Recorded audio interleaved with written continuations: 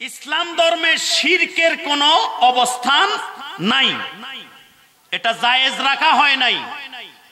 আপনি কোন ব্যক্তির জন্য যদি ভাস্কর্য তৈরি করেন, এটা ইসলামে জায়েজ রাখা হয় নাই। হুজুররা এটাই বলার চেষ্টা করছে, কোন ব্যক্তিকে অশ্রদ্ধা করে নয়, কারণ তিনি বাংলাদেশের স্বাধীনতার স্থপতি। এটা বাংলাদেশের সকল উলামায়ে কেরাম স্বীকার করে, কথা ঠিক কিনা? স্থপতি যখন 32 নম্বরে যখন ওনার দেহটা পড়েছিল, তখন এই আশেকরা কোথায় ছিল সেই দিন? সেই উলামায়ে কেরাম ওনার গোসল দিয়েছেন, কাফন দাফন করিয়েছেন এবং ওনার জানাজা দিয়েছেন, শ্রদ্ধা ভক্তির সাথে ওনাকে কবরে রেখেছেন, কথা ঠিক কিনা? আজকে যারা লম্বা লম্বা কথা কও, আর্মিরা যখন ওনার দেহটাকে টঙ্গিপাড়ায় নিয়েছিল, ইতিহাস পড়ে দেখো, ইতিহাস পড়ে দেখো, সেই দিন সেই আর্মিরাও জানাজা বিহীন এবং কাফন দাফন বিহীন এইভাবে কবর দিতে চেয়েছিল, কথা ঠিক কিনা? কিন্তু এই উলামায়ে কেরাম আজকে যাদেরকে তোমরা কাক মোল্লা বলে ডাক দাও, জঙ্গি বলে ডাক দাও, আজকে যাদেরকে তোমরা খেলা হবে বলে তোমরা এইভাবে তোমরা তাদের বিরুদ্ধে লড়ছো, এই উলামায়ে কেরাম বঙ্গবন্ধু শেখ মুজিবুর রহমান সেই স্বাধীনতার স্থপতিকে সম্মানের সাথে জানাজা দিয়ে কবরে রেখেছিল। সেদিন তোমরা কোথায় ছিলে? মাননীয় প্রধানমন্ত্রী তো গত বছরই মনে হয় বলেছেন যে আমার এত দল, এত নেতা, এত কর্মী, এত সংগঠন, তাহলে এতগুলো থাকার পরেও আমার বাবার লাশ কিভাবে এতক্ষণ পড়েছিল, কথা ঠিক কিনা? আজও আমি তার জবাব খুঁজে পাই নাই। সেই জবাব তো আমরাও খুঁজে পাই নাই। আমরা পাইছি নাকি? মরহুম প্রেসিডেন্ট শেখ মুজিবুর রহমান সাহেব এমন একজন দেশপ্রেমিক ছিলেন, আপনি তিনার আত্মজীবনী পড়ে দেখেন, জীবনের প্রায় 85% সময় উনি জেলে ছিলেন এই দেশের জনগণের জন্য, এই দেশপ্রেমের জন্য।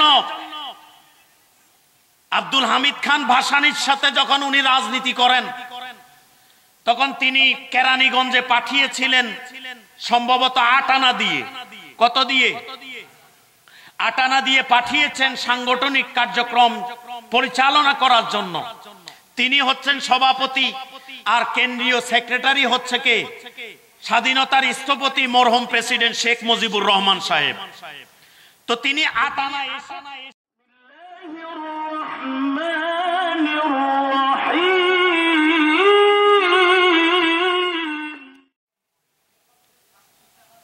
আমরা দুনিয়াকে স্থায়ী মনে করছি,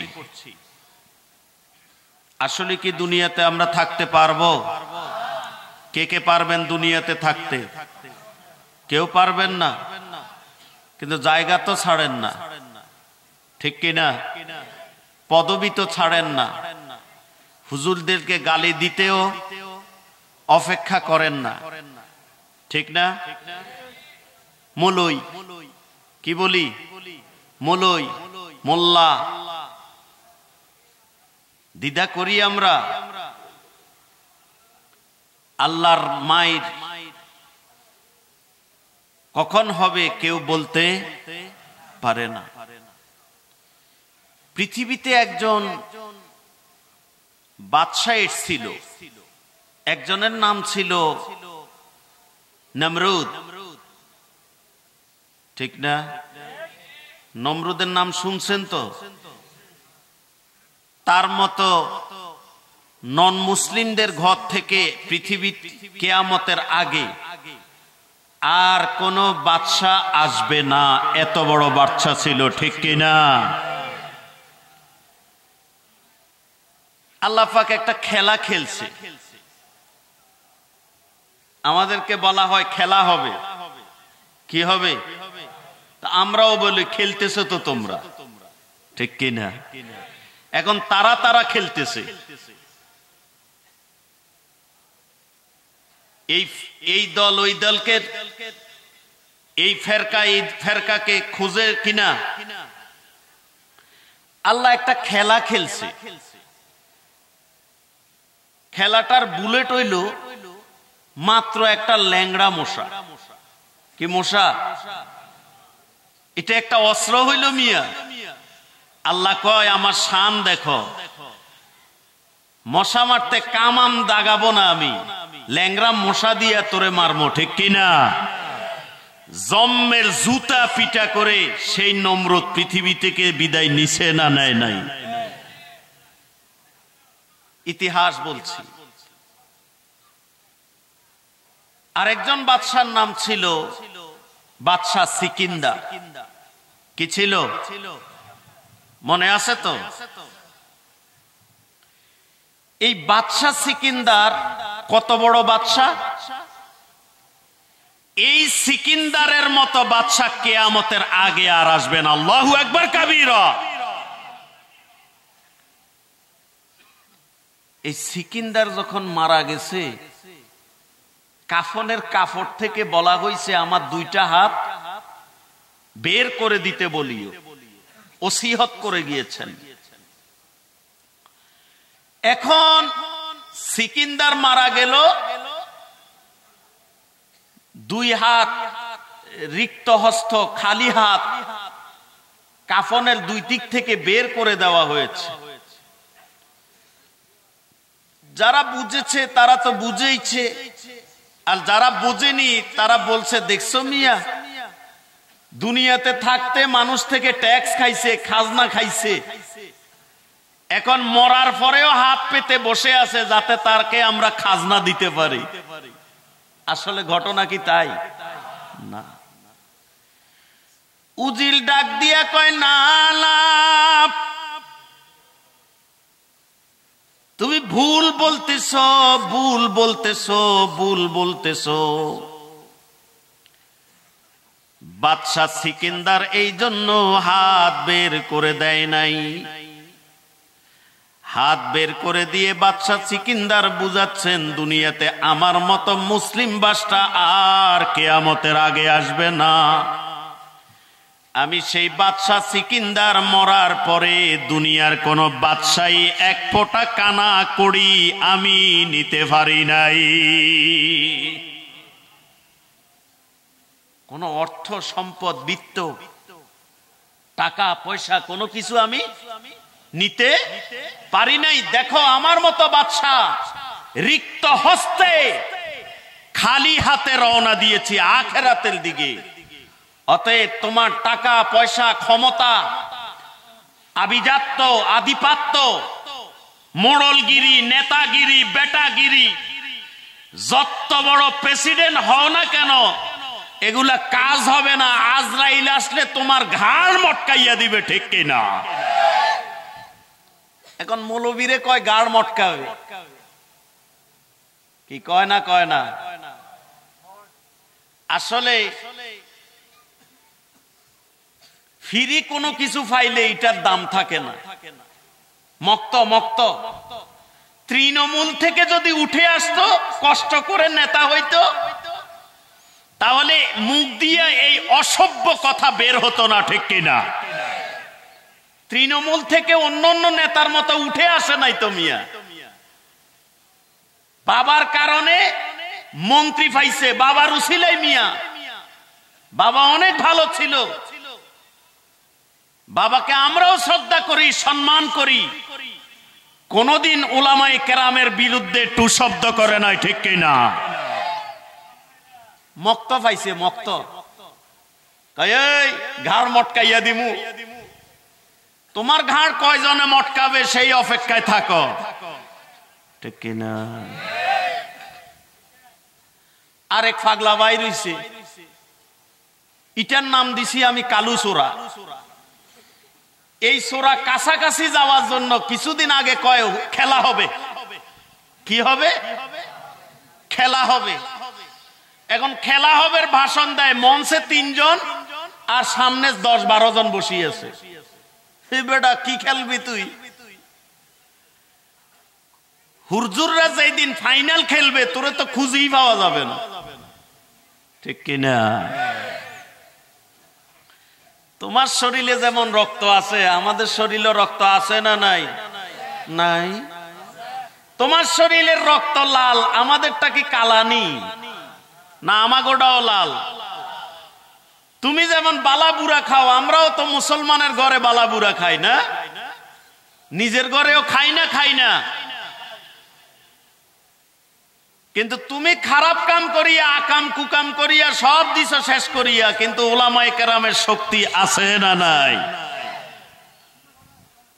কোনখানে খেলবা একটু বলো, আমরাও খেলি। খেলা হবে। হ্যাঁ, এখন কি খেলবেন? দুনিয়া তো থাকবে না। দুনিয়া কি হবে না ভাই? দুনিয়া থাকবে না। আপনার পাওয়ার বেশি দিন থাকবে না। একটু বয়স হইলে চশমা লাগে। কি লাগে? চশমা লাগে। ওষুধের পর ওষুধ খেতে হয়, ঘুম হয় না, খাওয়ায় সমস্যা, চলায় সমস্যা। তো এই যত খেলামেলা করেন, কিন্তু ফাইনাল খেলা খেলবেন কে? কথা বলেন, ফাইনাল খেলা খেলবে কে? আল্লাহ একটা ফাইনাল খেলা খেলবে। কেমন খেলা? আল্লাহু আকবার। দুনিয়ার সকল বাদশাহ, দুনিয়ার যত নেতা খেতা, এমপি, মন্ত্রী, মুহাদ্দিস, মুফাসসির, আল্লাহর ওলি, শুধু তাই না, সমস্ত নবীদেরকে উদ্দেশ্য করে আল্লাহ ছোট্ট একটা বাক্য ইউজ করবেন। বাক্যটা হলো আল মুলকুল ইয়াউম। কি বলবেন? আল মুলকুল ইয়াউম। আজকে শাসন ক্ষমতা কার? আল্লাহ প্রশ্ন করবেন। আজকে পাওয়ার কার? পাওয়ার আজকে কে খেলবে মিয়া? আজকে কে খেলবে মিয়া? আল্লাহ প্রশ্ন করবেন, কেডা খেলবে? দুনিয়াতে না অনেক খেলা খেলছ,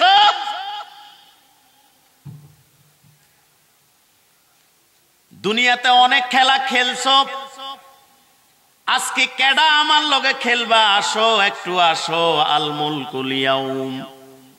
আজকে শাসন ক্ষমতা কার? পাওয়ার কার? এখন সবাই মাথা নিচু করে দাঁড়িয়ে থাকবে। কি করে থাকবে ভাই? মাথা নিচু করে দাঁড়িয়ে থাকবে। এবং কি ১.৫ লক্ষ নবীরা পর্যন্ত কোনো উত্তর দেবে না। কোনো অ্যানসার নাই, কোনো উত্তর নাই। আল্লাহ পাক নিজেই বলবেন, লিল্লাহি ওয়াহিদিল কাহ্হার। আজকে শাসন ক্ষমতা পরাক্রমশালী, রাগান্বিত আল্লাহর, পাওয়ারফুল আল্লাহর। দুনিয়ার সামান্য হায়াত পাইয়া যারা এই ক্ষমতার অপব্যবহার করেছিলে, আজকে কারো ক্ষমতা চলবে না। একমাত্র ক্ষমতা আমি আল্লাহ পাকের। আল্লাহু আকবার কাবীরা। এজন্য মুমিন যখন আল্লাহু আকবার বলে সালাতে দাঁড়ায়, আল্লাহ পাক তোমাকে ইয়াদ করিয়ে দিচ্ছেন, ও মুসলমানের সন্তান, শোন, আয়। বলেন আলহামদুলিল্লাহি রাব্বিল আলামিন আর রহমানির রহিম মালিক ইয়াউমিদ্দিন। তোমাকে স্মরণ করিয়ে দিচ্ছে রহমান রহিমের প্রভুত্ব পেয়ে। তুমি আমি আল্লাহকে ভুলে যেও না, কিয়ামতের কথা ভুলে যেও না। দুনিয়ার ক্ষমতা পেয়ে আখিরাতকে নষ্ট করো না। মালিক ইয়াউমিদ্দিন। কিয়ামত দিবসের মালিক কে? কথা বলেন, সমস্যরে বলেন, কিয়ামতের দিবসের মালিক কে? আল্লাহ বলে মালিক ইয়াউমিদ্দিন। কিয়ামত দিবসের মালিক আমি আল্লাহ। দুনিয়ার মসজিদ কমিটি হইয়া কি যে পাওয়ার দেখাইছো, দুনিয়ার মাদ্রাসার কমিটি হইয়া কি যে পাওয়ার তোমার, পাওয়ারের শেষ নাই। কল্যার ভুয়া সত্যা মাদ্রাসাতে জীবনে দেও নাই টাকা 500, কিন্তু কয় ঠিক কিনা?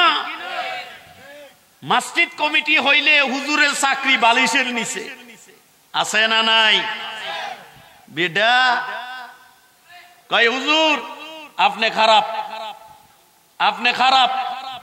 এক আঙ্গুল দিয়া হুজুরে দেখায়, কিন্তু বাকি 4 আঙ্গুল কার দিকে? কথা কয় না গা? সেবাপতির দিকে। কি ফতি? সেবাপতির দিকে। কমিশনার হইলে তো কথা নাই, চেয়ারম্যান হইলে কথা নাই, পানের পিসকি মারে আর লুঙ্গি তুলিয়া তুলিয়া হাঁটে।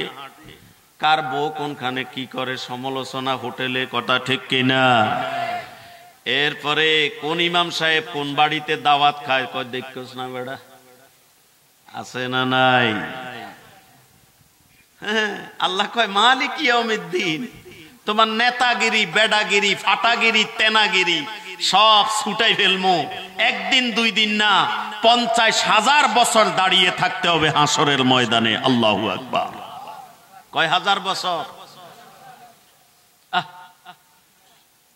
আর মুমিনরে আল্লাহ বলছে 50,000 বছর দাঁড়িয়ে থাকবি।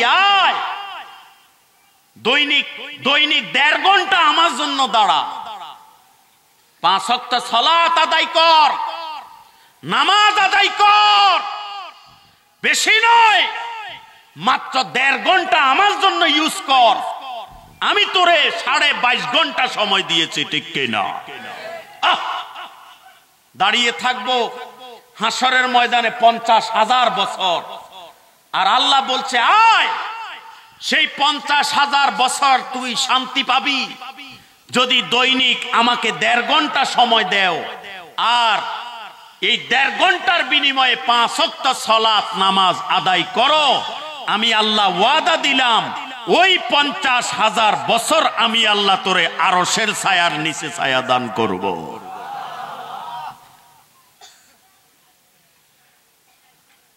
ঠিক না?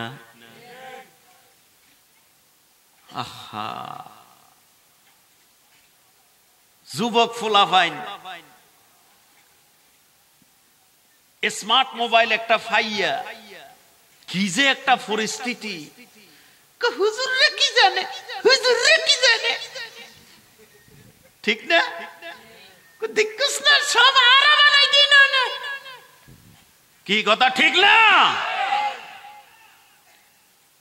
কি যে পাইছে বুঝা যায় এটার মধ্যে মিটাই আছে।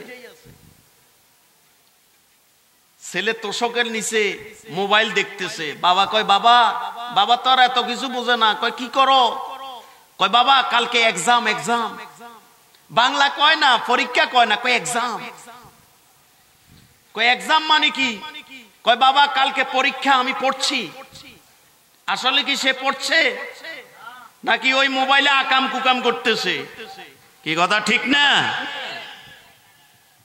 সোশ্যাল মিডিয়ায় ফেসবুক, টুইটার, ইউটিউবের মধ্যে দেখবেন এক হুজুর অন্য হুজুরের বিরুদ্ধে এই সাধারণ পাবলিক লাগাই দেয়।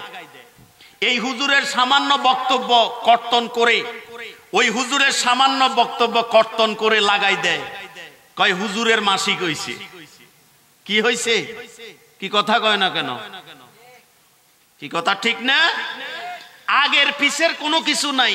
এটা কোন পয়েন্টে কথাটা বলেছেন কর্তন করে একটার সাথে আরেকটা লাগাই দিয়া ওই হুজুররে আবার মেসেজ দেয়, দেখছেন মিয়া ওই মৌলবী আপনার বিরুদ্ধে কইছে। কও কি? কয় হ মিয়া, দেখেন না ভিডিও। এই যে আকামগুলা করতেছেন আপনারা, এজন্যই তো হুজুরদের মধ্যে শান্তি নাই, একটার সাথে আরেকটা লেগেই আছে এই আপনাদের কারণে, ঠিক কিনা? খবরদার, এক আলেমকে অন্য আলেমের বিরুদ্ধে লাগিয়ে দেবেন না। ওলামায়ে কেরামের সমালোচনা করবেন না। গঠনমূলক কথা হতে পারে, সেটা অন্দরমহলে বলে দিবেন, বা মুরব্বী যারা আছে তাদেরকে দিয়ে সুরাহা করবেন। কিন্তু আপনি কিছু একটা হইলেই বস ফেসবুকে কই স্ট্যাটাস দিয়েছি, কি দিয়েছে যে কথা বলেন না কেন? স্ট্যাটাস, ওই স্ট্যাটাস দিয়েছে। ফইনির ফুয়া স্কুলের কিনারে 6 বছরও একবার যায় নাই, ইতে কজি স্ট্যাটাস দিয়েছে। কি স্ট্যাটাস দে তুই? স্ট্যাটাস বানার সে পারবে মিয়া? আমারে কইলে আমারও তো দাঁত ভাঙ্গি যাবে গা, কি ঠিক কিনা? বাপ মায়ে ওষুধ খাওয়ার টাকা নাই, হে কিন্তু এমবি ঢুকায়, এমবি ঢুকায়। আমি এখন ফেসবুক ইউজ করি। কি ইউজ করে? ফেসবুক ইউজ করে উনি। রাত নাই দিন নাই, সাফার মধ্যে সাফা ঢুকে গেছে। বিয়ে তো দূরের কথা, ছাত্র বয়সে তোমার চেহারার এই অবস্থা কেন? ঠিক না? এই বাবারা, যুব সমাজকে বাঁচাও, তোমার ছেলেকে বাঁচাও, মেয়েকে বাঁচাও। ছেলের চরিত্র নষ্ট তুমি করছো টাকা দিয়া, এই স্মার্ট মোবাইল কিনে দিছো, আকাম কুকাম যা আছে এগুলা করতেছে না, কথা ঠিক কিনা? এখন ছেলেরে বাবা কয়, বাবা আমার তো বয়স হয়ে গেছে। কি হয়ে গেছে? বয়স হয়ে গেছে, একটু বিয়ে শাদী করো। এখন ছেলেরে যতই বিয়ের কথা কয়, ছেলে কিন্তু রাজি হয় না। কারণ কি? ছেলের সেই বিয়ের ইচ্ছা জাগ্রত হয় না। কারণ ওই ওই বুঝেন তো, বলেন না, ওই মোবাইলে ওই এগুলা করতে করতে বস নাই, কিচ্ছু নাই, কিছু বলেন না নাই। তো দুনিয়া, এই দুনিয়ার লোভে এই মলয়ের বিরুদ্ধে, হুজুরের বিরুদ্ধে, এলাকার মুরব্বীর বিরুদ্ধে অযাচিত কথা বলো না। আল্লাহকে ভয় করেন। হ্যাঁ, হুজুর আবার ফেরেশতা না, হুজুরের ভুল হতে পারে, বক্তার ভুল হতে পারে, মসজিদের ইমামের ভুল হতে পারে। হুজুর আন্দরমহলে গিয়ে জিজ্ঞেস করবেন, আপনি কি এটা করেছেন? তিনি যদি তথ্য প্রমাণের ভিত্তিতে প্রমাণ করে দেন না আমি করিনি, তাহলে আর বাড়াবাড়ি করা যাবে? এই জন্য আল্লাহ ইসলামকে আমাদের জন্য একটা ধর্ম হিসাবে, একটা মতবাদ, ইজম হিসাবে আল্লাহ পাক আমাদেরকে নির্ধারিত করে দিয়েছেন। এবং আল্লাহর নবীকে পৃথিবীতে প্রেরণ করেছেন। মক্কার 13 বছর বিশ্ব নবী নির্যাতিত হয়েছেন। কি হয়েছেন? কি নির্যাতিত হয়েছে না হয় নাই? অনেকে মামলাকে ভয় পায়, হামলাকে ভয় পায়। মেরে দোস্ত, ভয় পাওয়ার কিছু নাই। এই ঘটনা আজকের না, পৃথিবীর শুরু হইতেই উলামায়ে কেরাম নবীদেরকে পর্যন্ত করাত দিয়ে চিরে ফেলছে। এইভাবে করে সমস্ত নবীদের উপরে অত্যাচার, নির্যাতন চলেছে। ইমানের উপরে, আমলের উপরে আপনি যদি থাকেন, বিপদ আসবে, বিপদ আসবে, মামলা আসবে, হামলা আসবে। আল্লাহর উপরে তাওয়াক্কুল করে যদি আপনি চলতে পারেন, আল্লাহর কুদরতি গায়বী সাহায্য আসবে। এর কথা ঠিক কিনা? এর মানে কি লেজ গুটাই ঘরে চলে যাব? আজকেও মরা লাগবে, কালকেও মরা লাগবে, পরশুও মরা লাগবে, কিয়ামতের আগেও মরা। বাঁচতে কে কে পারবেন? কেউ পারবেন? আল্লাহর নবী মক্কায় 13 বছর নির্যাতিত হয়েছেন। কত বছর? টু শব্দ করে নাই, টু শব্দ করে নাই। 10 বছরের মক্কি জীবন, মাদানী জীবন, এই মক্কা বিজয়, প্রেক্ষাপট, অবস্থান, হায়াত শেষ, এই বিষয়গুলো আল্লাহ পাক সামনে রেখেই সূরাতুন নসর আল্লাহ পাক নাজিল করে দিয়েছেন। বলেন সুবহানাল্লাহ। পড়েন, বিসমিল্লাহির রহমানির রহিম।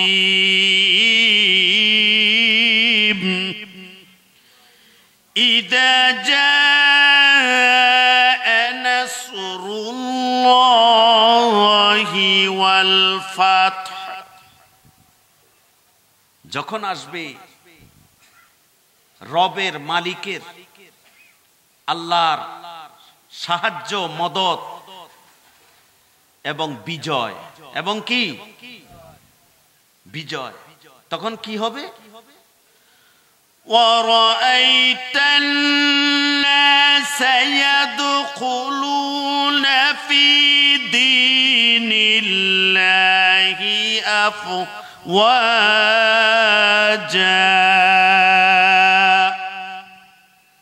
তখন আপনি দেখবেন দলে দলে লোক, দলে দলে মানুষ ইসলামের দিকে প্রবেশ করবে। বলেন সুবহানাল্লাহ।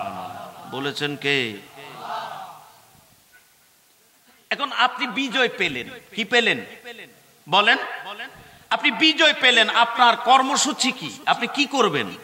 বিশ্ব নবীকে আল্লাহ বলছেন, ফাসাব্বিহ বিহামদি রাব্বিকা ওয়াস্তাগফির ইন্নাহু কানা তাওয়াবা। ফাসাব্বিহ, আপনি জিকির করুন, ইয়াদ করুন, খেয়াল করুন, স্মরণ করুন। কাকে? কথা কোন? রব, খালিক, মালিক, পৃথিবীর মালিক, এবং তিনার হাম সানা বর্ণনা করুন, প্রশংসা করুন, আর আপনি ইস্তেগফার করুন। কি করুন বলেন না? ইস্তেগফার করুন। তাহলে বিজয় হলে বিজয়ের উল্লাস, বলেন বিজয়ের উল্লাস, বিজয়ের আনন্দ আপনি কিভাবে করবেন? কোরআনের সেই দিক নির্দেশনা আছে না নাই? আছে না নাই? 1971 সন 16 ডিসেম্বর এই দেশ বিজয় হয়েছিল। কি হয়েছিল? বিজয় হয়েছিল। অনেকে মনে করে কোরআন হাদিসে বিজয়ের কোনো কথা নাই, হুজুররা, ঠিক কিনা? ইন্না ফাতাহনা লাকা ফাতহাম মুবিনা, বিজয়ের সূরা আছে না নাই? সূরা ইউসুফের শেষে দিয়েও বিজয়ের কথা আছে। বিজয় পাইছি, দান করছে কে? বিশ্বের অনেক দেশ স্বাধীন হয়েছে, কিন্তু বাংলাদেশের মতো এত কম সময়ে বিশ্বের কোন রাষ্ট্র বিজয় হয় নাই। আল্লাহু আকবার। আল্লাহর খাস রহমত ছিল। কি ছিল? কথা কন না। এখন বিজয় যে পাইছি, শুকরিয়া করতে হবে কার? কই শুকরিয়া আদায় করছেন কেউ? রাত্রের 12টা 1 প্রদীপ জ্বালাইছি, ফুল দিছি, এরপরে আপনার গান বাজনা চালাইছি। এতে করে বীর মুক্তিযোদ্ধা যারা আছে, তিনারা যদি মুসলিম হন, তিনাদের প্রাপ্য ধর্মীয় ভাবে, যেহেতু ওনাদের জানাজা হইছে, হইছে না হয় নাই? বীর শহীদের কবরে রুহে কিভাবে সোয়াব যাবে, এই দেশের আপামর জনতা সেটা ব্যবস্থা করবে কোরআন হাদিসের ভিত্তিতে বিজয় পালন করে, ঠিক কিনা? এবার আসেন বিশ্বনবী বিজয় কিভাবে পালন করছেন, এটা জানলে সব ক্লিয়ার হয়ে যাবে। 13 বছর বিশ্বনবী মক্কায় নির্যাতিত হয়েছেন। তো এই নির্যাতন থেকে পরিত্রাণ উপায় বের করতে হলে সন্ত্রাস দমন করতে হবে। এজন্য মদিনার 10 বছর, কত বছর? তখন প্রতিরোধ গড়লেন। কি গড়লেন? প্রতিরোধ গড়লেন। কারণ সারা জীবন নির্যাতন সহ্য করতে ইসলাম নির্দেশ দেয় নাই। একটা সময় পর্যন্ত আপনি সবর করবেন, ধৈর্য ধরবেন, কিন্তু একটা সময় এসে আপনি প্রতিরোধ গড়ে তুলতে হবে।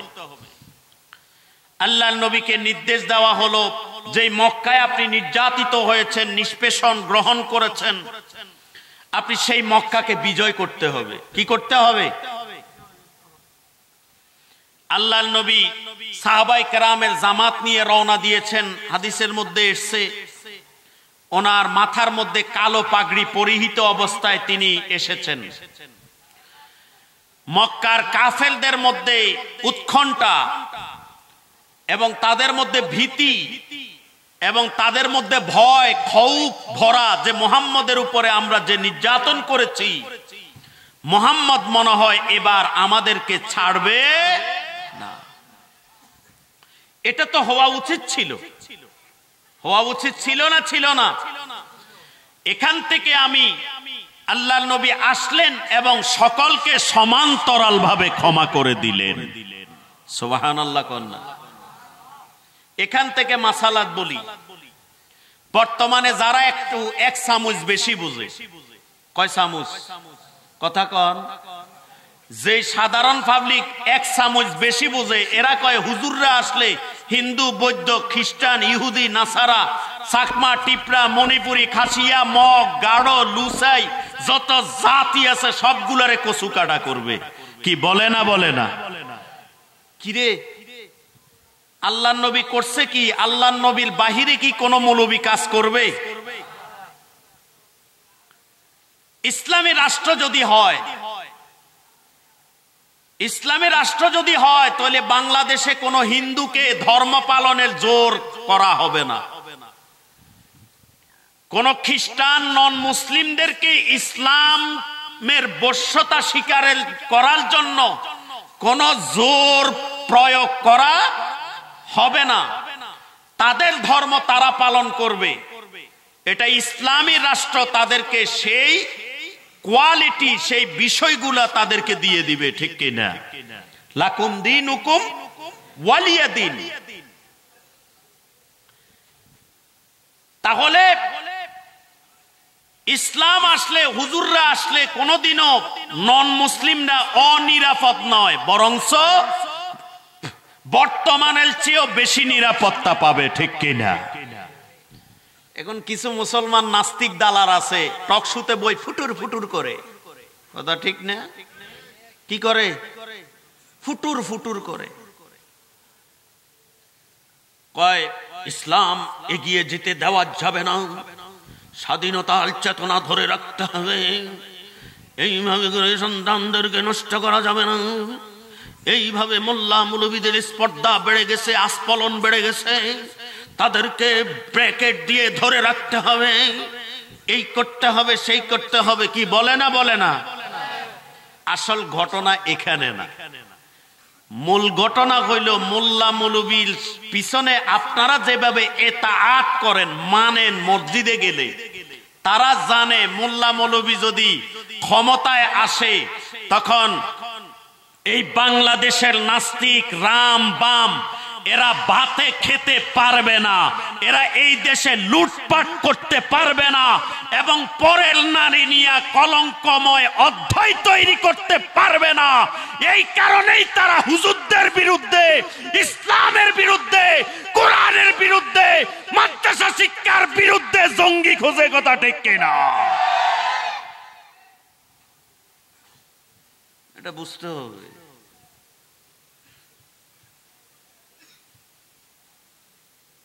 জঙ্গি খালি মাদ্রাসায় পাওয়া যায়। যখন হেরা রামদা লইয়া রাজপথে কোবায় তখন এটা জঙ্গি হয় না, কয় অযাচিত ঘটনা, এটা হতেই পারে, বাচ্চারা করতেই পারে। কি কথা ঠিক কি না? তখন কিন্তু টক শোতে আর ফুটফুট করে না।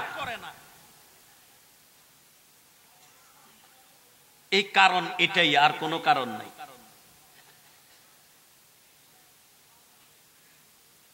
আমেরিকার প্রেসিডেন্ট এখন বর্তমানটা কি? Donald Trump, Biden.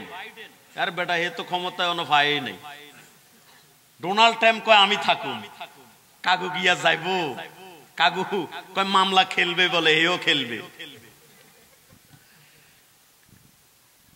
এই ডোনাল্ড ট্রাম্পরা চিন্তা করছে ইসলামকে যদি অ্যাটাক করা না যায়, মাদ্রাসা শিক্ষাকে যদি অ্যাটাক করা না যায়, যেভাবে যুব সমাজ ইসলামের দিকে ঝুঁকছে, এই বাইডেন ক্ষমতায় থাকতে পারবে না, নরেন্দ্র মোদীরা ক্ষমতায় থাকতে পারবে না। ইসলাম যদি ক্ষমতায় আসে, তারা পদদলিত হয়ে মানুষের মূল চরিত্র তাদের দেখতে পাবে। কথা ঠিক কিনা? এই কারণে ফতোয়া দেয়। তাদের দেশে 18 বছরের নারী বিবাহ করতে হবে, দিতে হবে, এই ধরনের কোনো আইন নাই। খালি বাংলাদেশে, খালি মুসলিম রাষ্ট্রে 18 বছর আগে বিয়া করতে দেওয়া যাবে না, শারীরিক গঠন তৈরি হয় নাই, বাচ্চা হতে সমস্যা হয়ে যাবে। তো যখন কলেজে আর স্কুলে বাচ্চা হয় তখন তোমাদের সমস্যা হয় না? কি তখন সমস্যা হয় না? তখন মজা লাগে না? মূল উদ্দেশ্য এখানে নয়। মূল উদ্দেশ্য হলো মুসলমানদেরকে জেনায় লাগিয়ে দেওয়া। ঠিক কিনা? 18 বছরের আগে যদি বিবাহ সরকারিভাবে নিষিদ্ধ হয়, ও রাঙ্গুনিয়ার মুসলমান, আমরাও বলতে চাই 18 বছর আগে কোন প্রেম নিষিদ্ধ করতে হবে। 18 বছর আগে যদি বিয়ে নাই, তাহলে প্রেমও নাই। 18 বছর আগে বিয়ে হয় না, প্রেম হয় কেমনে? কথা ঠিক কিনা? এখন এগুলারে বিশ্বের কোথাও নাই যে 30, 32, 40 বছর পর্যন্ত আমাগো দেশে পড়ায়। আসলে বুড়া বানাই ফেলতেছে। কি কথা ঠিক কিনা? কিন্তু দেখেন ইউরোপ আমেরিকাতে তারা 16, 17, 18 বছরে বহুত বড় গ্রাজুয়েট হয়ে যায়, কিন্তু বাংলাদেশে খালি বয়স খায়। কারণ কি? ইন্টারন্যাশনালি, গ্লোবালি এটা ষড়যন্ত্র। ঠিক কিনা? কারণ মুসলমানরা যাতে এগিয়ে আসতে না পারে, মুসলমানরা যাতে দেশের জন্য, মুসলিমদের জন্য কিছু করতে না পারে, এই কারণে গ্লোবালি এটা একটা চক্রান্ত, এটা একটা ষড়যন্ত্র মুসলমানদের বিরুদ্ধে।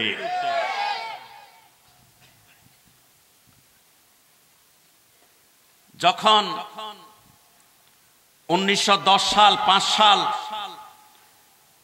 বাংলাদেশে একটা বিশ্ববিদ্যালয় হবে, ব্রিটিশরা প্রস্তাব দিল, তখন কুচক্রী মহল বাংলাদেশে হবে কেন, এটা কলকাতায় হতে হবে। এই কুচক্রী মহল ফতোয়া দিছিল না দেয় নাই? তার মূল কারণ হইল যে আমরা বিশ্ব জয় করব, আমরা প্লেন বানাবো, আমরা ওষুধ বানাবো, আমরা এইভাবে ডক্টর হব, ডাক্তার হব। বিশ্ববিদ্যালয়ে পড়ে বাংলাদেশে যদি এই বিশ্ববিদ্যালয় দেওয়া হয়, তাহলে বাংলাদেশের মুসলমান স্বচ্ছ হবে, শিক্ষা দীক্ষায় দেশ উন্নত করবে, এবং তারা অর্থনীতির পুঞ্জীভূত করবে। এটাকে লক্ষ্য করে তখন ওই রবি ঠাকুর ওই মুসলমানদের ইউনিভার্সিটির বিরুদ্ধে ফতোয়া দিয়েছিল।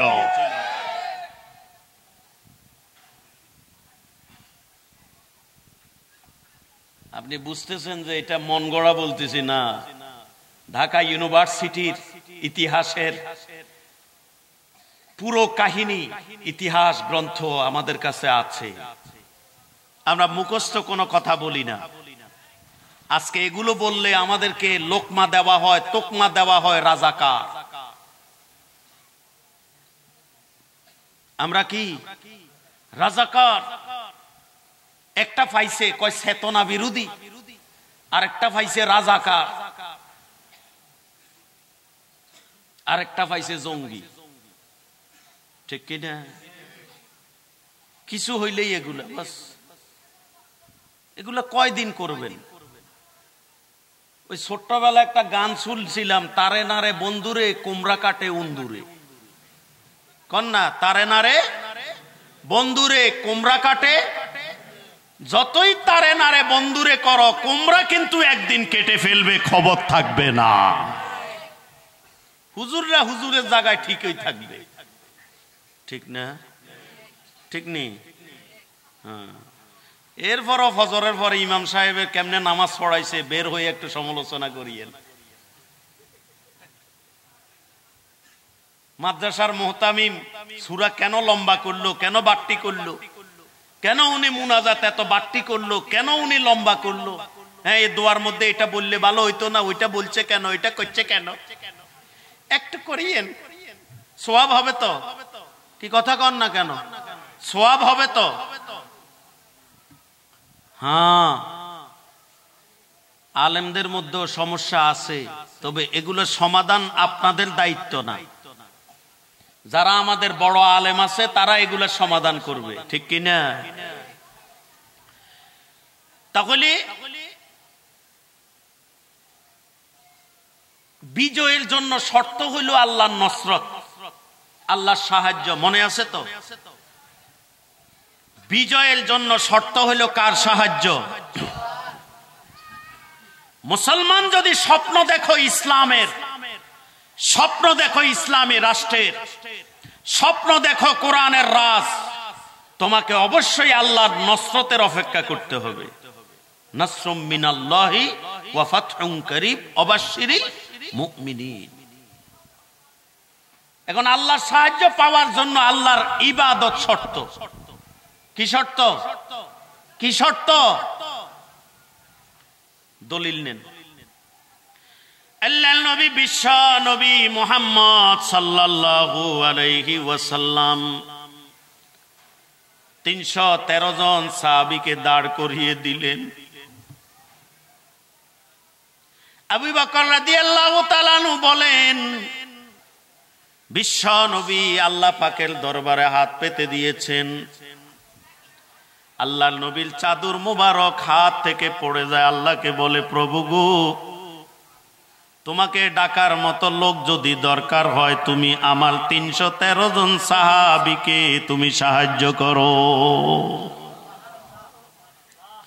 আর যদি তোমাকে ডাকার কেউ দরকার নাই, বনি আদম রাখার দরকার নাই, তাহলে তুমি একজনও রাখিও না, আমি নবীর কোনো আফসোস নাই। বিশ্ব নবী কানতে কানতে বুক মুবারক, দাড়ি মুবারক ভিজিয়ে দিলেন। আল্লাহ ওয়াদা করলেন, নবী গো, আপনি টেনশন করবেন না, আপনি টেনশন নিয়েন না। ওই বদর প্রান্তরে আমি আল্লাহ 1000 ফেরেশতা দিয়ে সাহায্য করব। এজন্য আপনি যুদ্ধ চান, আপনি বিজয় চান, আপনি আপনার ঘরে শান্তি চান, এই শান্তির জন্য আল্লাহর গোলামি আগে করা লাগবে না? লাগবে না? আল্লাহর গোলামি ছাড়া, আল্লাহ পাকের ইবাদত ছাড়া কোনোদিনও ঘরে শান্তি আসতে পারে না। যেই ব্যক্তির ঘরের মধ্যে, জীবনের মধ্যে আল্লাহর গোলামি নাই, নামাজ নাই, কোরআন তেলাওয়াত নাই, তাসবিহ নাই, তাহলিল নাই, ওই ব্যক্তি কোনোদিনও মানুষ হতে পারে না। এটা পশু চতুষ্পদ জানোয়ারের চেয়েও খারাপ। উলাইকা কাল আনআম বাল হুম আদাল। এটা চতুষ্পদ জানোয়ারের চেয়েও খারাপ বলেছেন কে? একজন তো বলি ফেলাইছে, কই আমরা ঘরের মধ্যে আমি 3 ভাষা শিখেছি। কয় ভাষা? উনি 3 ভাষা শিখেছেন। কয় বাংলা, ইংরেজি, আরবি, আলিফ বে তে সে। কয় হুজুররা তাদেরকে বাবা মা ফিটিয়া মাদ্রাসা পাঠাইছে, মাদ্রাসার হুজুর ফিটাইয়া হেরে আলিফ বাতা শিখাইছে। তাহলে বুঝা গেল তার চেয়ে আমি বড় ফরেজগার মুসলমান। নাউজুবিল্লাহ কর। অথচ এই লোকটা যদি মারা যায়, ওই চেইন খোলা ছাড়া বুঝবে না এটা কি মুসলমান না হিন্দু। কথা ঠিক না? আমরা চাই আপনি একটু সূরা ফাতিহাটা আমাদের শুদ্ধ করে শুনান। কি আপনাদের দাবি না এটা? বেচারার কাছে আমাদের দাবি। ভালো কথা, আপনি বড় আলেম, বড় পণ্ডিত, বড় আমলদার, আপনি একটু আমাদেরকে সূরা ফাতিহাটা শুদ্ধ করে শোনাবেন, তাহলে বুঝবো আপনি বড় আলেম, ঠিক কি না? তাহলে বিশ্বনবী মক্কা বিজয় কিভাবে করছেন? যেখানে ছিলাম, কাবা গৃহে ঢুকছেন। এই ইম্পর্টেন্ট কথায় আসতেছে, খেয়াল করেন। বর্তমান হুজুরদের সাথে যে একটা ঝামেলা চলে ভাস্কর্য নিয়ে, আমি এখানে উগ্রতা দেখাবো না, জাস্ট হাদিসগুলো শোনাবো কি হয়েছিল সেদিন। আল্লাহর নবী মক্কায় প্রবেশ করলেন, খানায় কাবায় প্রবেশ করলেন, করে 360টা মূর্তি ছিল। কয়টা? কয়টা মেরে দোস্ত? 360টা মূর্তি ভেঙে ফেলা হলো। 2 নাম্বার, কাবা গৃহের দেওয়ালে দেওয়ালে প্রতিকৃতি, ভাস্কর্য বা স্ট্যাচু, প্রতিকৃতি, ইব্রাহিম আলাইহিসসালাতু ওয়াসসালাম সহ বিভিন্ন নবীদের প্রতিকৃতি দেওয়ালের মধ্যে খচিত ছিল, অঙ্কনকৃত ছিল। এগুলোকে বিশ্বনবী সব ভেঙে ফেলেছেন, সমান করে দিয়েছেন। সমান করে আল্লাহর নবী একটা কাজ করেছেন। কি কাজ জানেন? সেটা হলো বিজয়ের 8 রাকাত সালাত আদায় করেছেন। কয় রাকাত? কথা বলেন না। 8 রাকাত নামাজ আদায় করেছেন। এখন বলা হচ্ছে যে মূর্তি এবং ভাস্কর্যের মধ্যে আলাদা বলা হচ্ছে। এটা হচ্ছে একটি স্বার্থন্বেষী মহল এটা বলার চেষ্টা করছে। আসলে মূর্তি যেটা, স্ট্যাচু সেটা, এবং ভাস্কর্য সেটা। বাংলা একাডেমি আছে না? কথা বলেন না।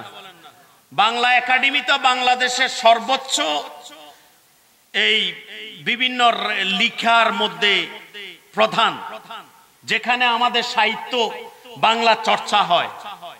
এটার একটা ডিকশনারি আছে, সম্ভবত 1165 নম্বর পৃষ্ঠার মধ্যে বলা আছে যে মূর্তির মিনিংস কি বাংলাতে। ওখানে লেখা হয়েছে 1 নম্বরে মূর্তির মিনিংস হলো ভাস্কর্য, সম্মানের প্রতীক। এরপরে হইল আপনার প্রতিমা। এইভাবে এটার অর্থ লেখা হয়েছে। মানে মূর্তি যেটা, ভাস্কর্য সেটা। ইসলাম ধর্মে শিরকের কোনো অবস্থান নাই, এটা জায়েজ রাখা হয় নাই। আপনি কোন ব্যক্তির জন্য যদি ভাস্কর্য তৈরি করেন, এটা ইসলামে জায়েজ রাখা হয় নাই। হুজুররা এটাই বলার চেষ্টা করছে, কোন ব্যক্তিকে অশ্রদ্ধা করে নয়, কারণ তিনি বাংলাদেশের স্বাধীনতার স্থপতি। এটা বাংলাদেশের সকল উলামায়ে কেরাম স্বীকার করে। কথা ঠিক কিনা? স্থপতি যখন 32 নম্বরে যখন ওনার দেহটা পড়েছিল, তখন এই আশেকরা কোথায় ছিল সেই দিন? সেই উলামায়ে কেরাম ওনার গোসল দিয়েছেন, কাফন দাফন করিয়েছেন এবং ওনার জানাজা দিয়েছেন, শ্রদ্ধা ভক্তির সাথে ওনাকে কবরে রেখেছেন। কথা ঠিক কিনা? আজকে যারা লম্বা লম্বা কথা কও, আর্মিরা যখন ওনার দেহটাকে টঙ্গিপাড়ায় নিয়েছিল, ইতিহাস পড়ে দেখো, ইতিহাস পড়ে দেখো, সেই দিন সেই আর্মিরাও জানাজা বিহীন এবং কাফন দাফন বিহীন এইভাবে কবর দিতে চেয়েছিল। কথা ঠিক কিনা? কিন্তু এই উলামায়ে কেরাম আজকে যাদেরকে তোমরা কাঠমোল্লা বলে ডাক দাও, জঙ্গি বলে ডাক দাও, আজকে যাদেরকে তোমরা খেলা হবে বলে তোমরা এইভাবে তোমরা তাদের বিরুদ্ধে লড়ছো, এই উলামায়ে কেরাম বঙ্গবন্ধু শেখ মুজিবুর রহমান সেই স্বাধীনতার স্থপতিকে সম্মানের সাথে জানাজা দিয়ে কবরে রেখেছিল। সেদিন তোমরা কোথায় ছিলে? মাননীয় প্রধানমন্ত্রী তো গত বছরই মনে হয় বলেছেন যে আমার এত দল, এত নেতা, এত কর্মী, এত সংগঠন, তাহলে এতগুলো থাকার পরেও আমার বাবার লাশ কিভাবে এতক্ষণ পড়েছিল? কথা ঠিক কিনা? আজও আমি তার জবাব খুঁজে পাই নাই। সেই জবাব তো আমরাও খুঁজে পাই নাই। আমরা পাইছি নাকি? মরহুম প্রেসিডেন্ট শেখ মুজিবুর রহমান সাহেব এমন একজন দেশপ্রেমিক ছিলেন, আপনি তিনার আত্মজীবনী পড়ে দেখেন, জীবনের প্রায় 85% সময় উনি জেলে ছিলেন এই দেশের জনগণের জন্য, এই দেশপ্রেমের জন্য। আব্দুল হামিদ খান ভাসানীর সাথে যখন উনি রাজনীতি করেন, তখন তিনি কেরানীগঞ্জে পাঠিয়েছিলেন সম্ভবত 8 আনা দিয়ে। কত দিয়ে? 8 আনা দিয়ে পাঠিয়েছেন সাংগঠনিক কার্যক্রম পরিচালনা করার জন্য।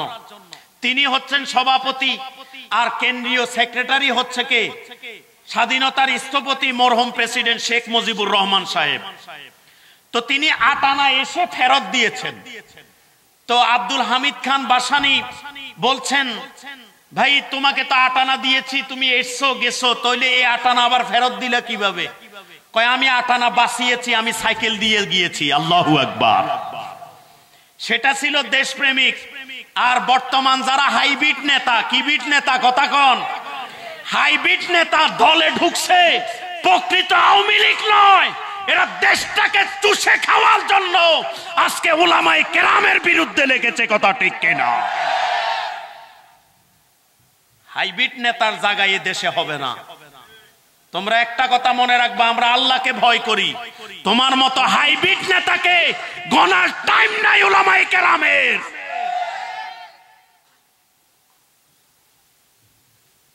আবার বলছি, মরহুম প্রেসিডেন্ট শেখ মুজিবুর রহমান সাহেব এই দেশের মানুষের বন্ধু ছিলেন, গণমানুষের নেতা ছিলেন, এবং গণমানুষের অধিকারের জন্য তিনি আজীবন লড়ে গিয়েছিলেন। তিনি বলেছেন যে ফেরাউনের দল আমাদের সব নিয়ে গেছে। পাকিস্তানিদেরকে কি বলছিল?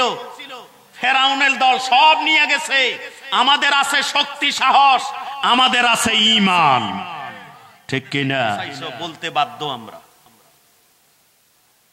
এজন্য ইসলামে ভাস্কর্য যেটি, মূর্তিও, কথা বলেন, ভাস্কর্য যেটি, মূর্তিও সেটি। এটা নিয়ে আলাদা চুলকানির কোনো সময় নাই। অতএব আল্লাহ কামুল হাকিমিন বলেন, বিজয় আসবে তোমাদের ইবাদতের বিনিময়ে, নসরত আসবে ইবাদতের বিনিময়ে, নসরত এমনি আসবে না। আল্লাহ নবী সাহাবী হযরত তামিলদারি রাদিয়াল্লাহু তাআলা আনহু বলেন, এই আয়াতের মেজদাক আমি, ওয়ারাআইতান নাস ইয়াদখুলুনা ফি দীনিল্লাহি আফওয়াজা, আমি দেখেছি। বিশ্বনবী বলেছেন, কাঁচা পাকা, কাঁচা পাকা সকল ঘরে ইসলামের দাওয়াত পৌঁছে যাবে।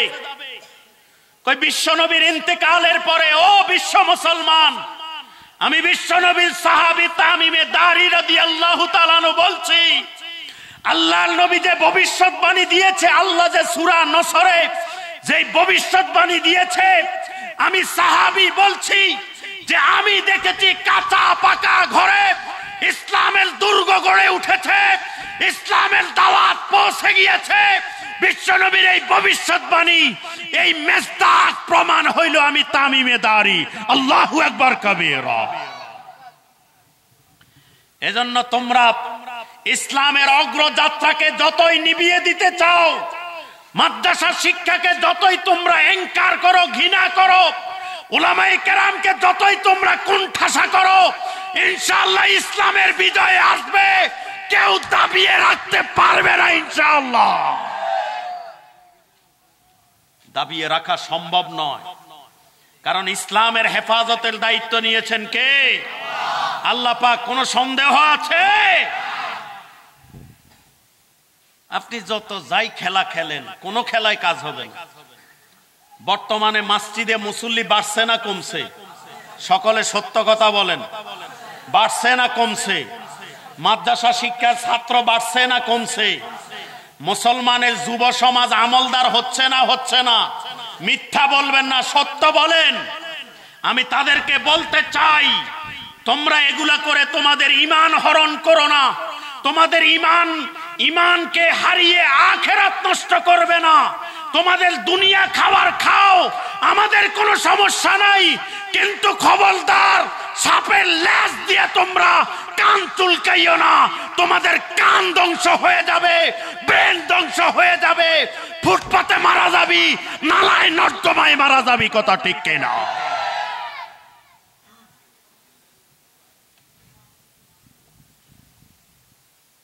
যুগে যুগে বহুত খেলা খেলছে আলেমদের বিপক্ষে, কোন খেলায় কাম হয় নাই। এরপরে আল্লাহ বলেন আপনি জিকির করেন, জিকির করেন, আল্লাহর ইয়াদ করেন, আল্লাহর শুকর গুজার হন, শুকরিয়া আদায় করেন। ইন্নাহু কানা তাওয়াবা, আপনি তওবা করেন, ইস্তেগফার করেন। এটা তওবা ইস্তেগফার করার মালিক কে? এখানে তাফসীর এভাবে হবে না, অনেকে ভুল তাফসীর করে।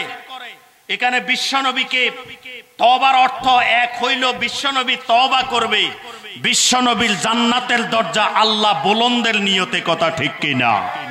2 নম্বর তাফসীর হবে আল্লাহর নবী উম্মতে মুহাম্মদীকে শিক্ষা দেওয়ার অর্থে আল্লাহ পাক নবীকে তওবা করতে বলেছেন। কারণ কুল্লু নাবিয়্যুম মাসুম, সমস্ত নবীরা হইল মাসুম, নবীদের কোনো গুনাহ নাই। অতএব নবী নবুয়তের দায়িত্ব পালন করতে গিয়ে ভুল ত্রুটি হয়েছে, অতএব নবী হে আপনি তওবা করেন। এই তাফসীর সঠিক হইতে পারে না।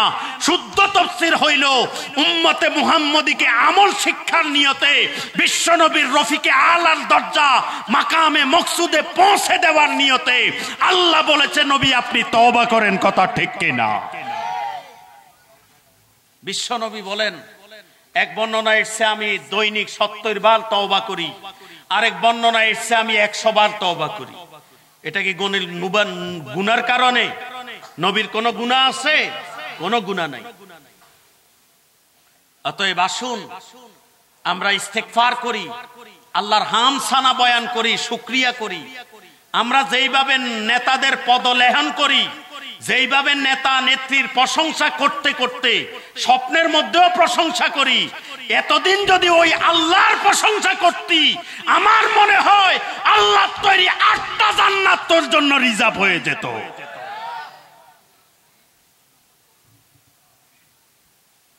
তেল মারতে মারতে, তেল মারতে মারতে, ডাইনে মারে, বামে মারে, এদিক দিয়ে মারে, উপরে মারে, নিচে মারে, খালি তেল মারতেছে। কথা ঠিক কিনা? তেল কম মার বেটা। যেই জবান দিয়ে তেল মারতেছ, জবানটা কার? কথা বলেন, জবান কার? যেই জিহ্বা দিয়ে কথা বলতেছ, ওই জিহ্বা কার? যে শরীর পৃথিবীতে এসেছে তোমার মায়ের গর্ভের মাধ্যমে, ওই গর্ভে 10 মাস কে রেখেছিল? সেই দিন তোমার নেতা কইছিল, খেতা কইছিল। কথা ঠিক কিনা? তেনা ফেসাইয়া তেল মারতে যাইও না।